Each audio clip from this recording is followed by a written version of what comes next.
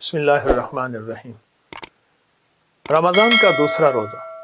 اس روزوں میں یہ دیکھیں کہ کیا یہ میرا روزہ صرف پیٹ کا ہے یا آنکھوں کا بھی ہے، کانوں کا بھی ہے، جذبوں کا بھی ہے، سوچوں کا بھی ہے، کیفیات کا بھی ہے۔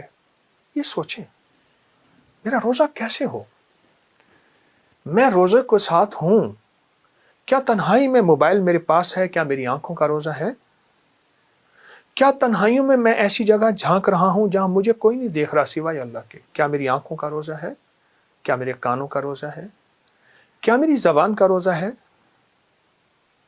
اور سارے روزوں کے بعد صرف ایک اکیلا روزہ اور کہوں گا، کچھ بھی نہ ہو میں تنہائیوں میں ہوں، کیا میری تنہائیاں بھی روزے دار ہیں؟ آج دوسرا روزہ ہے۔ دوسرے روزے میں مشق کر لیں کہ ہم نے انشاءاللہ اپنے سارے جسم کو روزے دار بنانا ہے، صرف پیٹ کو نہیں۔ بھوکا رہنے کا نام روزہ نہیں ہے اللہ والو، بھوکا رہنے کا نام روزہ نہیں۔ آنکھوں کا روزہ، کانوں کا روزہ، جذبوں کا روزہ، تنہائیوں کا روزہ، کیفیات کا روزہ، جذبات کا روزہ۔ ایک تو یہ انشاءاللہ ہم اس کی مشق کریں گے۔ ایک آج کی افطار میں ایک عمل شروع کریں گے، اور وہ بہت زبردست عمل ہے، اور اس عمل سے آپ کو بہت فائدہ ہوگا اور حیرت انگیز برکت ہوگی۔ اور اس کو ہم نے 5 روزے میں مسلسل یہ عمل کرنا ہے۔ 5 روزے مسلسل یہ عمل کرنا ہے، 5 روزے مسلسل، یعنی دوسرا روزہ، تیسرا، چوتھا، پانچواں اور چھٹا، 6 روزوں تک یہ عمل ہم نے مسلسل کرنا ہے۔ اور اس عمل میں 3 مرادوں کو آپ ذہن میں رکھ لیں۔ کوئی 3 مرادیں ایسی ہیں جو آپ سمجھتے ہیں کہ میرے لیے ناممکن ہے، جو آپ سمجھتے ہیں کہ میرے لیے بہت مشکل ہے۔ وہ ہے 7 سلام، قرآن پاک میں موجود ہے۔ سلام علی نوح فی العالمین، سلام قولا من رب الرحیم، سلام حتی مطلع الفجر۔ 7 سلام قرآن میں موجود ہے۔ وہ 7 سلام آپ نے سامنے رکھ لینے ہیں پہلے سے، اور 7 سلام صرف 7 بار پڑھنے ہیں۔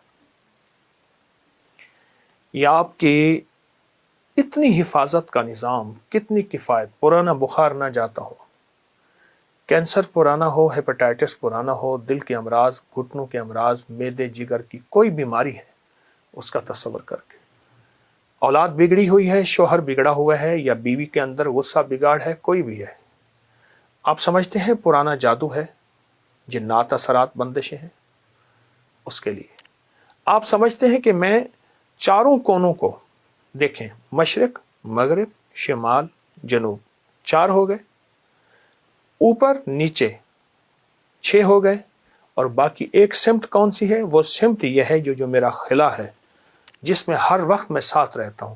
اگر یہ 7 سمتوں میں خیریں چاہنی ہیں، راحتیں چاہنی ہیں، رحمتیں چاہنی ہیں، عافیتیں چاہنا ہے، اور چاہتے ہیں کہ برکتوں کے دروازے، خیروں کے دروازے، رحمتوں کے دروازے، عطا کے دروازے، بخشش کے دروازے کھلے، یہ 7 سلام آپ نے پڑھنے ہیں۔ 7 سلام 7 بار پڑھنا ہے، 7 سلام 7 بار۔ اسے پانی پہ دم کر کے پی لیں۔ ایک بندہ پڑھے، سارے گھر کو پلا دے، سارا گھر پیے۔ بچے نہیں پڑھ سکتے تو روٹی پہ دم کر کے، جو کھانا سامنے پڑا ہے سحری کے افطاری کے وقت، وہ دم کر کے سب کھائیں، پانی سب پئیں، کھانا سب کھائیں، یہی دم کریں۔ 7 سلام، اور 7 سلام اس کو آپ نے مستقل اس کو پڑھنا ہے، نہیں چھوڑنا، اور اس کو پہلے سے ذہن نشین رکھنا ہے کہ 7 سلام اس پڑھنے ہیں۔ اور 7 سلام وہ ہوں گے جو آپ کی زندگی میں پہلے سے برکتیں اور رحمت کے دروازے کھلوائیں گے۔ یہاں تک اولیاء صلحاء اور محدثین اور اللہ کے ولیوں کے تجربات میں ہے کہ جو بندہ 7 سلام کے ساتھ اللہ سے دعا کرتا ہے تو اس کو فرشتے سلام کرتے ہیں، اس کو اللہ کی طرف سے سلام آتے ہیں، اس کو نیک روحیں سلام کرتی ہیں۔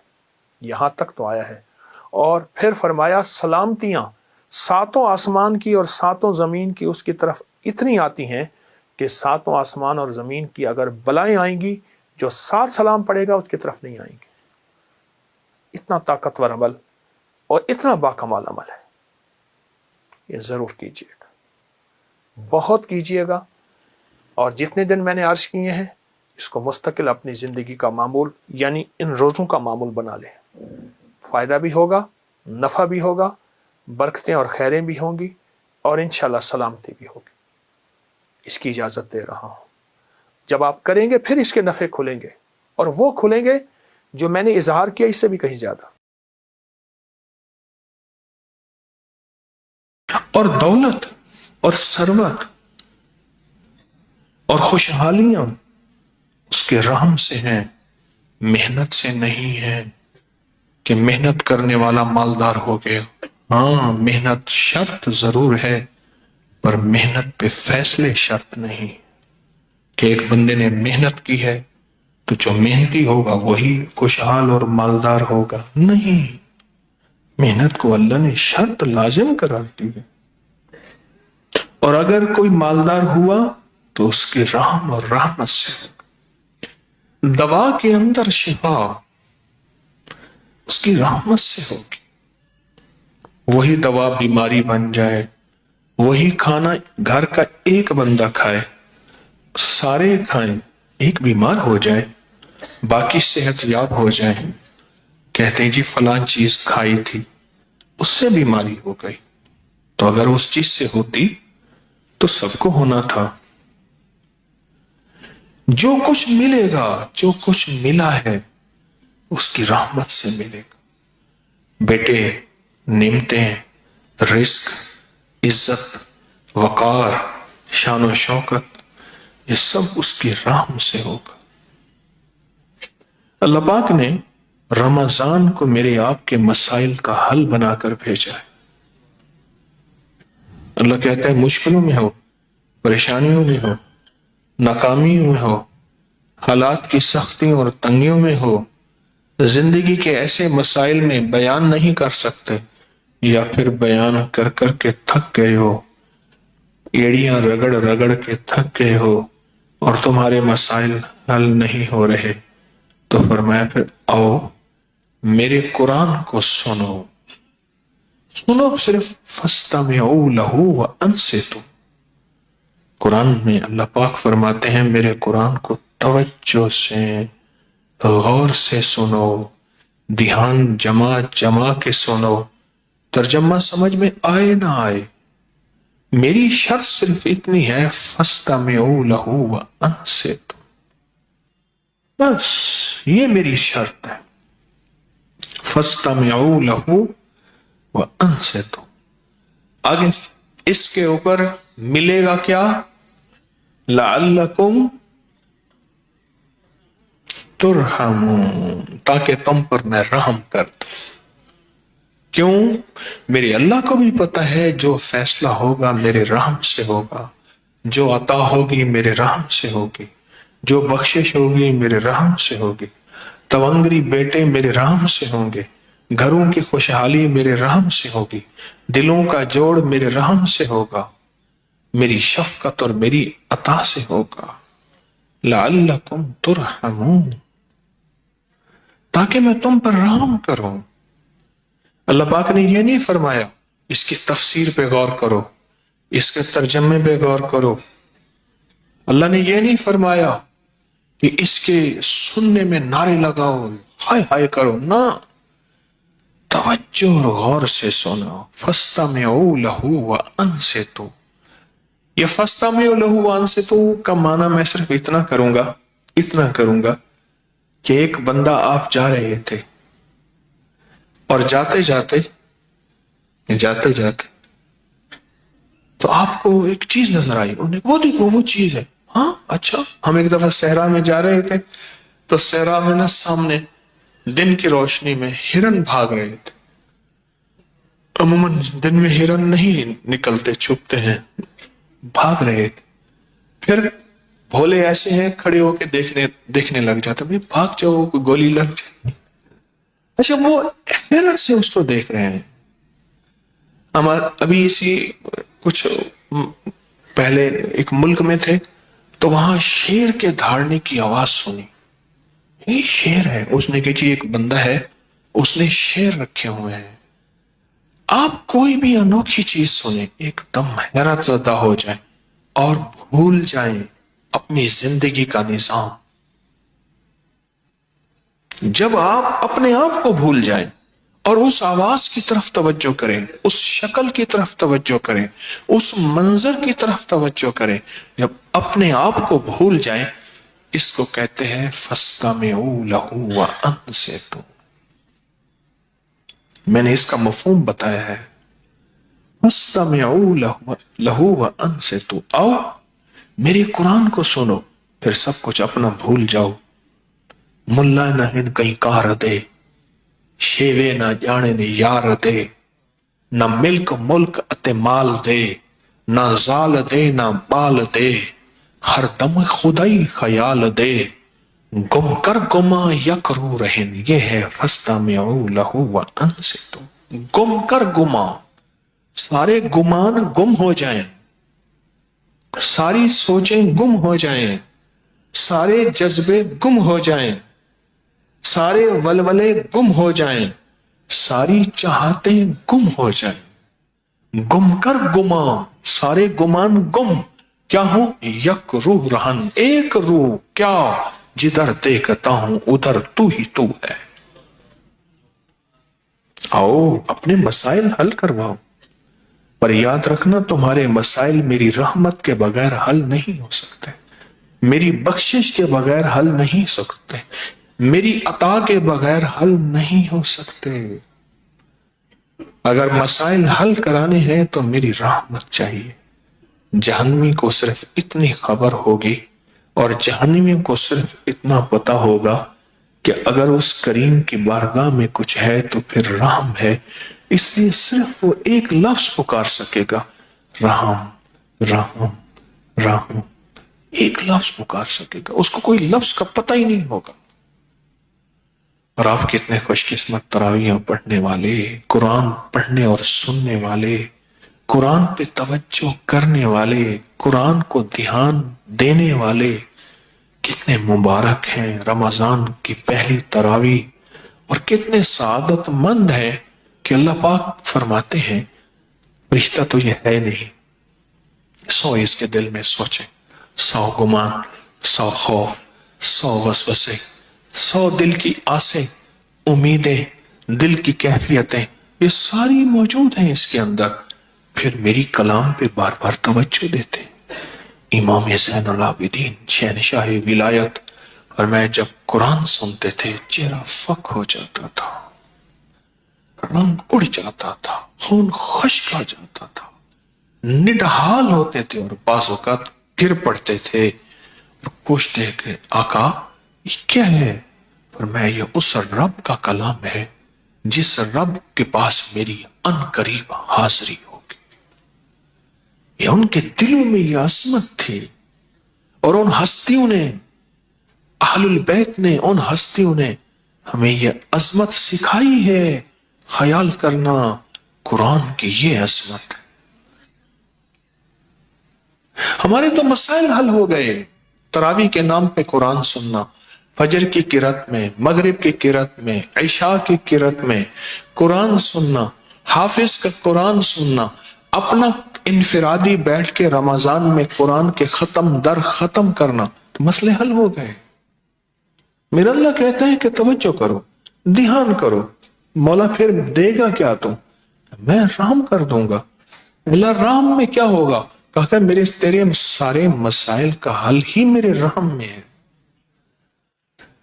تیری ساری مشکلات، تیری ساری ناکامیاں، تیرے سارے غم اور تیری اولاد کے بخت، نصیب، مقدر، یہ سب میرے رحم میں ہے، میرے رحم میں، یہ سب رحم میں ہے،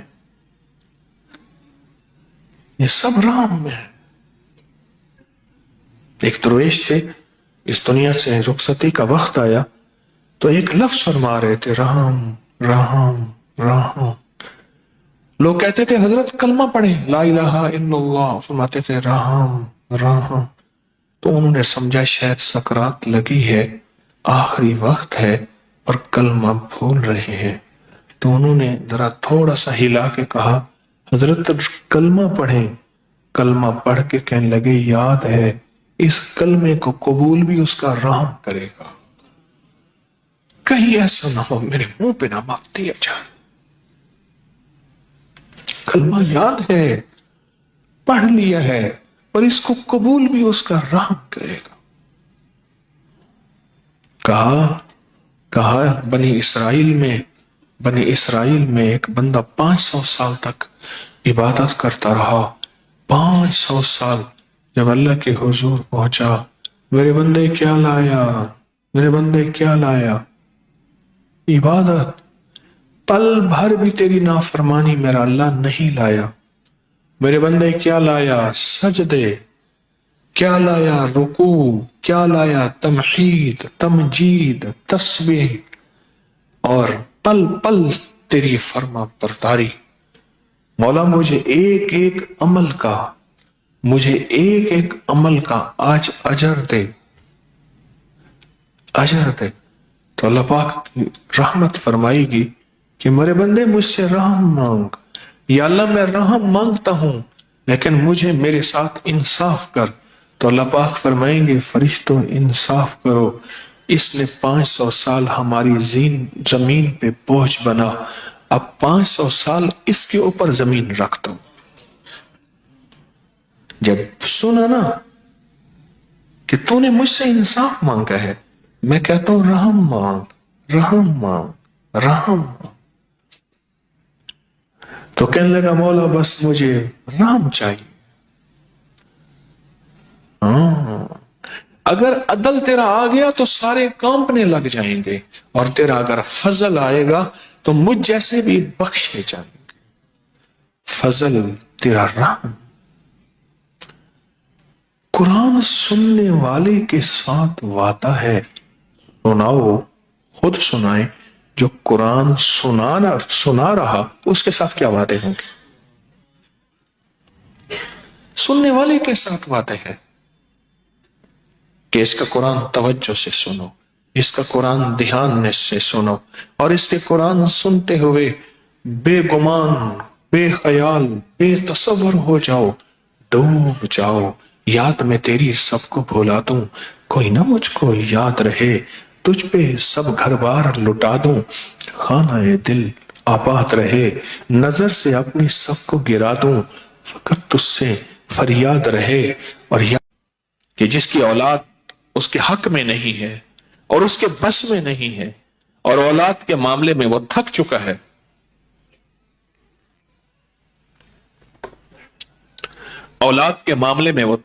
ہے، وہ 2 تسبیح پڑھ کے حضور کو ہدیہ کرے اور ان کو عرض کر کے حضور توجہ فرمائیں، دعا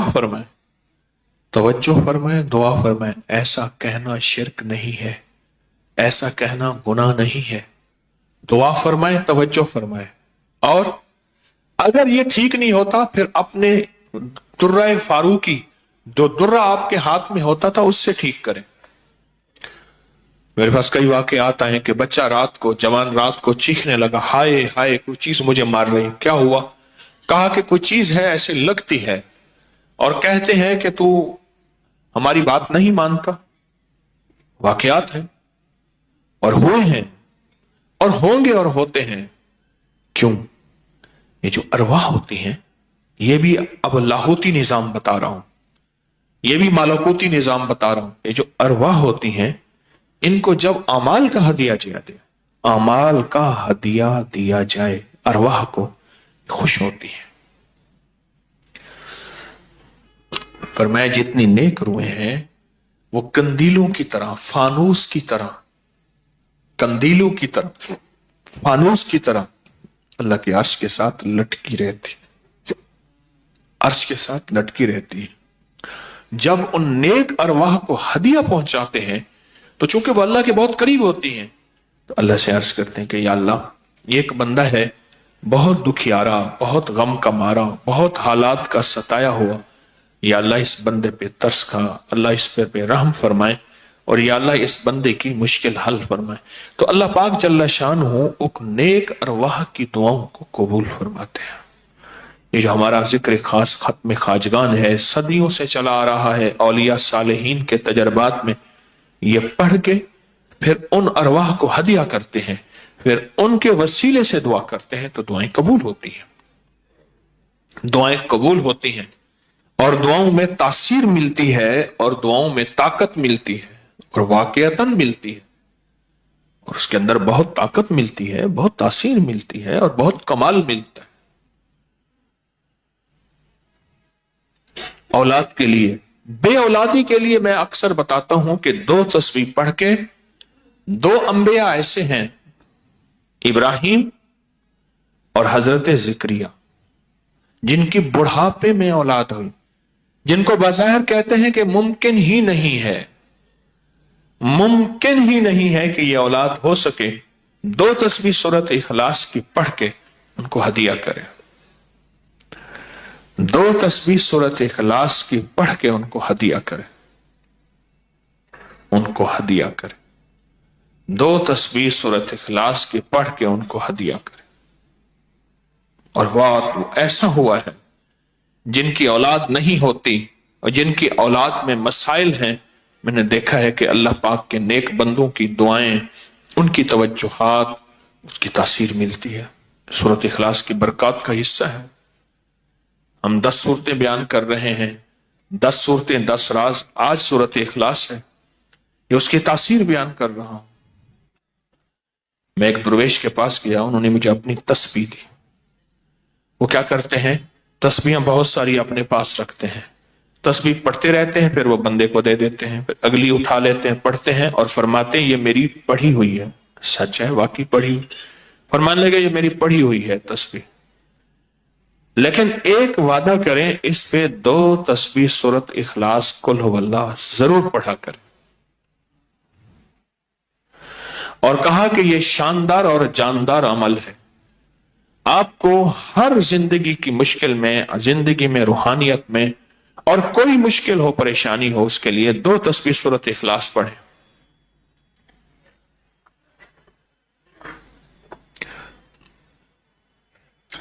2 تسبیح سورۃ اخلاص پڑھیں۔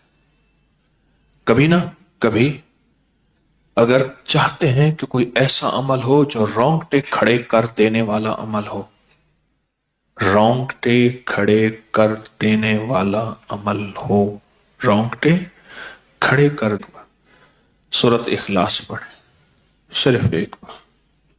اور جب پہنچے نا اللہ الصمد قل هو اللہ احد اللہ الصمد۔ میں یہاں بھونٹ پورا میں کچھ دن رہا، اور ایک صاحب میرے پاس آئے، مجھ سے کہنے لگے کہ کسی نے ایک ایسا کالا جن اور ایسا خطرناک جن مسلط کیا ہے کہ جو میں آنکھوں سے دیکھتا ہوں، اور میری بیوی آنکھوں دیکھتی ہے، بچوں کو نظر نہیں آتا، کوئی گھر میں آئے اس کو نظر نہیں آتا، میں آنکھوں میں دیکھتا ہوں۔ کہنے لگا ایسے دیوار کے اندر چلا جاتا ہے، پھر دیوار سے باہر نکل آتا ہے، چھت کے اندر جاتا ہے اور چھت پھٹتی محسوس ہوتی ہے، ہم ڈر کے بعض اوقات ہٹ جاتے ہیں کہ چھت پھٹی ہے گر نہ جائے، پھر وہ مل جاتی ہے، پھر ایسے چلا جاتا ہے۔ وہ کالا جن ایسے چلا جاتا ہے، ایسے آ جاتا ہے۔ کہا کہ اسے کسی نے ہمارے اوپر مسلط کیا ہے، مسلط کیا ہے۔ ان کے کچھ مسائل تھے، کوئی آپس میں مسلط کیے، اور کہا کہ وہ جن ایسا ہے، ہمیں عبادت نہیں کرنے دیتا، تسبیح نہیں کرنے دیتا، وظیفے نہیں کرنے دیتا، اعمال نہیں کرنے دیتا، ہمارا منہ بند کرتا ہے۔ مجھے آج بھی اس بندے کے الفاظ یاد ہیں، 2 اس کے ساتھ بوڑھی خواتین تھیں، ایک بہن تھی، ایک بیوی تھی، بیچارہ حالات کا ستایا مارا ہوا، کوئی 60 65 کے 70 کے قریب اس کی عمر تھی۔ کہنے لگا کہ جب میں قل هو اللہ پڑھتا ہوں تو اس کی گرفت ڈھیلی پڑ جاتی ہے، اور جب میں پڑھتا ہوں نا اللہ الصمد، تو کہا کہ اللہ الصمد پڑھتے ہی وہ ایک دم دور ہو جاتا ہے، ایسے جیسے کسی چیز کو کوئی دھکا دے اور وہ چیز دھکے سے ایک دم دور ہو جائے۔ اللہ الصمد، ایک دم وہ دھکے سے ایک دم کوئی دور ہو جائے۔ کہا کہ ایسے ہی ہوتا ہے اللہ الصمد، اور کہا کہ بس بس یہی وظیفہ جو ہے کہا کہ مجھے مفید ہوا ہے، موافق ہوا ہے، یہی وظیفہ، اور کہا کہ بس اب میں صرف یہی وظیفہ پڑھتا ہوں، یہی وظیفہ پڑھتا ہوں۔ مجھ سے کہنے لگا آپ مجھے کوئی وظیفہ بھی دیں گے نہیں پڑھنے دیں گے، یہی اگر اجازت دے دیں۔ تو میں نے کہا اس سے بڑھ کے اسم اعظم کون سا ہے، اس سے بڑھ کے پرتاثیر چیز کون سی ہے؟ میں آپ کو یہی وظیفہ دے دیتا ہوں، آپ اسی وظیفے کو پڑھیں۔ پھر میں نے اس کو ایک ترکیب بتائی، آپ کو ہی بتاتا ہوں، شاید میں زندگی میں پہلی دفعہ بتا رہا ہوں یا پہلے بتائی ہوگی، جہاں تک میری یادداشت ہے پہلی دفعہ بتا رہا ہوں۔ یہ نہیں کہ چھپاتا ہوں، دعویٰ تو پھر بھی نہیں کر سکتا، بھول جاتا ہوں پھر یاد آتی ہے بازو کا۔ اب وہ چیز آپ کو عرض کر رہا ہوں، میں نے اسے کہا صرف ایک دفعہ سورۃ اخلاص پڑھ، اول آخر 3 دفعہ درود شریف۔ رونگٹے کھڑے کر دینے والا عمل، اس کا نام جو میں نے سالہ سال سے رکھا ہے، رونگٹے کھڑے کر دینے والا عمل۔ حدیث میں آتا ہے، مفہوم ہے کہ جب بندے کی اضطراری کیفیت ہوتی ہے، بے چین، بے قرار، پریشان ہوتا ہے، مضطر، اس وقت عرش الہی ایک دم میں حرکت میں آتا ہے، رحمت متوجہ ہوتی ہے اور اللہ کا عرش ہل جاتا ہے۔ رونگٹے کھڑے کر دینے والا عمل، ایسا عمل جس میں انسان جو ہے بس ایک پل میں ایسے بے چین، بے قرار ہو۔ اس کی ترکیب یہ ہے کہ والا کر درود پاک 3 بار، ایک دفعہ سورۃ اخلاص پڑھیں، اور پڑھ کے جب اللہ الصمد پہ پہنچے نا تو اس کو ہلکا ہلکا دل میں دہرائیں، اللہ الصمد، اللہ الصمد، دہرائیں، توجہ سے دہراتے جائیں، دہراتے جائیں، دہراتے جائیں۔ پہلے الفاظ آتے ہیں، غور سے سنیے گا، پہلے الفاظ آتے ہیں، پھر کیفیات آتی، پہلے الفاظ آتے ہیں پھر کیفیات آتی۔ ایک صاحب مجھ سے کہنے لگے، یہ پروگرام میں انہوں نے ایک بات بتائی اور ویسے بھی کئی لوگوں نے بتایا اور میں نے آپ کو بارہا بتایا، جو رزق کی تونگری چاہتا ہے، رزق مال چاہتا ہے، جو رزق اور مال چاہتا ہے اور مال بھی بے بہا چاہتا ہے اور چاہتا بھی حلال ہے، یہ شرط ہے، حلال، طیب، طاہر، اور وہ کریم شہنشاہ اس بات پہ قادر ہے، دے تو حلال دے۔ تو وہ فجر سے پہلے آیت الکرسی پڑھے چند بار، نماز کی طرف جاتے ہوئے، آپ کا تسبیح خانہ نماز کی طرف جانا ہے، نماز کی طرف جاتے ہوئے چند بار آیت الکرسی پڑھے۔ مجھے کہنے لگے کہ رب نے میرے لیے برکت، وسعت، تونگری، دولت، عزت، مال کے حیرت انگیز دروازے کھولے ہیں اور بہت باکمال دروازے کھولے ہیں۔ رب نے میرے لیے برکت اور وسعت کے دروازے کھولے ہیں اس آیت الکرسی کی وجہ سے۔ اس میں ایک راز بتاتا ہوں، غور سے سمجھے گا۔ رات کو آفات اور بلائیں اترتی ہیں، غور سے نکتہ سنیے گا، آیت الکرسی کا راز سنیے گا۔ کوئی بھی عمل کر رہے ہیں، بیکار نہیں کر رہے آپ۔ افحسبتم انما خلقناکم عبثا، تم سمجھتے ہو کہ ہم نے تمہیں بیکار پیدا کر دیا؟ رات کو رحمتیں اترتی ہیں، آفات اترتی ہیں، آفات کا کچھ حصہ فجر تک رہتا ہے، رحمتوں کا حصہ فجر تک رہتا ہے۔ اگر وہ رحمتوں کا حصہ ہم لینا چاہتے ہیں، آفات، بلیات جو رزق کو کھا جائیں، جو صحت کو کھا جائیں، جو تونگری کو کھا جائیں، جو راحت کو کھا جائیں، جو نسلوں کو کھوکھلا کر دیں، جو گھروں میں چین سکون ختم کر دیں، جو ہماری زندگی میں روگ بھر دیں، جو ہمیں اپنے فن اور سبجیکٹ سے دور کر کے فقیر، غریب، منگتا، بھکاری کر دیں، وہ آفات، وہ بلیات، وہ آفات، وہ بلیات جب بندہ چند بار آیت الکرسی پڑھتا ہے اللہ پاک جل شانہ اس سے حفاظت فرماتے ہیں، اور رحمتوں کا وہ حصہ جو بچ جاتا ہے اس کی شان کریمی سے اتنا زیادہ آتا ہے، وہ سارا حصہ اسے عطا کر دیتے ہیں۔ اس لیے بندے کہتے ہیں کہ فجر سے پہلے ہم آیت الکرسی جب پڑھتے ہیں مسجد کی طرف جاتے ہوئے ہم تمنگر ہو جاتے ہیں، ہم مالدار ہو جاتے ہیں، ہم سخی بن جاتے ہیں، ہمارے لیے رزق وسعت کے دروازے کھل جاتے ہیں، برکت اور عافیت کے دروازے کھل جاتے ہیں۔ اس لیے کہتے ہیں صبح ایک سانس لیتی ہے، اور سانس زندگی ہے، سانس کے بغیر زندگی نہیں۔ وہ سانس رزق ہے، صحت کا ہے، برکت کا ہے، رحمت کا ہے، راحت کا ہے، عافیت کا ہے، اور اس میں آپ آیت الکرسی پڑھ لیتے ہیں۔ اور آیت الکرسی پڑھنے سے وہ طوفان، وہ بلائیں، وہ آفات، وہ بلیات، وہ پریشانیاں، وہ مسائل، وہ مشکلات اللہ کے نام کی برکت سے ٹل جاتی ہیں۔ ایک حصار، ایک حفاظت، ایک کڑا اور ایک طاقت کا نظام آپ کے ارد گرد آ جاتا ہے۔ یہ آیت الکرسی کا راز ہے۔ پھر اگلی بات، آیت الکرسی اسم اعظم ہے، آیت الکرسی اسم اعظم ہے۔ جو بھی اسم اعظم نماز فجر سنتوں اور فرضوں کے درمیان پڑھا جائے، آیت الکرسی کے عمل میں یہ بات شامل ہے کہ سنتے گھر میں پڑھیں، یہ عمل میں حصہ ہے۔ آپ چونکہ تسبیح خانے میں ہیں، آپ کے یہ دونوں عمل قبول ہیں۔ سنتیں پڑھ کے گھر میں اور چلتے ہوئے آپ آیت الکرسی پڑھیں۔ سنتوں اور فرضوں کے درمیان کا جو عمل ہے قبولیت کا عمل ہے، اس کی وجہ ہے عمل سے پہلے دعا قبول ہوتی ہے، عمل کے درمیان دعا قبول ہوتی ہے، عمل کے بعد دعا قبول ہوتی ہے۔ اب درجات ہیں، عمل سے پہلے دعا قبول ہوتی ہے، عمل کے درمیان دعا مقبول ہوتی ہے، عمل کے بعد دعا محبوب ہوتی ہے۔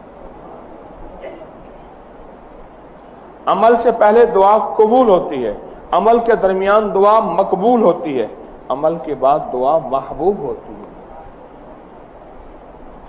آپ آیت الکرسی جب پڑھ رہے ہیں، حفاظت کا انوکھا نظام ہے، اور اسم اعظم کی انوکھی تاثیر ہے، اور اسم اعظم کا انوکھا طاقت کا کمال ہے۔ اس اسم اعظم کی طاقت اور کمال کی برکت یہ ہے کہ آپ کی زندگی میں ترقیاں، عزتیں، شان و شوکتیں، سارا دن کی حفاظت، سارے دن کا رزق اور سارے دن کی کفایت، ہر آفت، ہر بلا، ہر وبا، ہر دشمن، ہر وار اور ہر حاسد کا حسد، ہر نظر بد کی نظر سے اللہ پاک اس آیت الکرسی کی برکت سے محفوظ فرما دیتے ہیں۔